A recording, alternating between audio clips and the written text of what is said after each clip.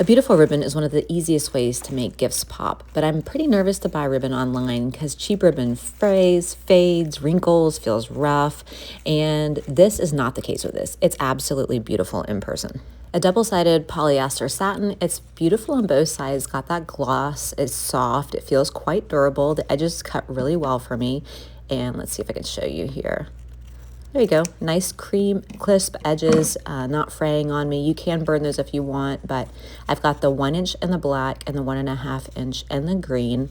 30 yards, feels very soft. They layer well on top of each other and they did not fray for me even as I was manipulating them. You can also cut them both on top of each other if you have some good scissors. I think they're ideal. I did use them for bows, I'd use them from knots, worked quite versatile either direction. And the listing did say it was washable and fade resistant if you want to use it over time. So overall, I would say I love the glossy look. I love how easy it is to manipulate it and tie it.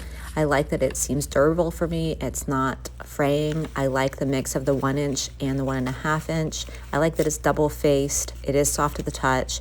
It kind of gives me that premium polished look and feel that I was hoping for. If this was helpful, please give it a like so I know to make more videos like this.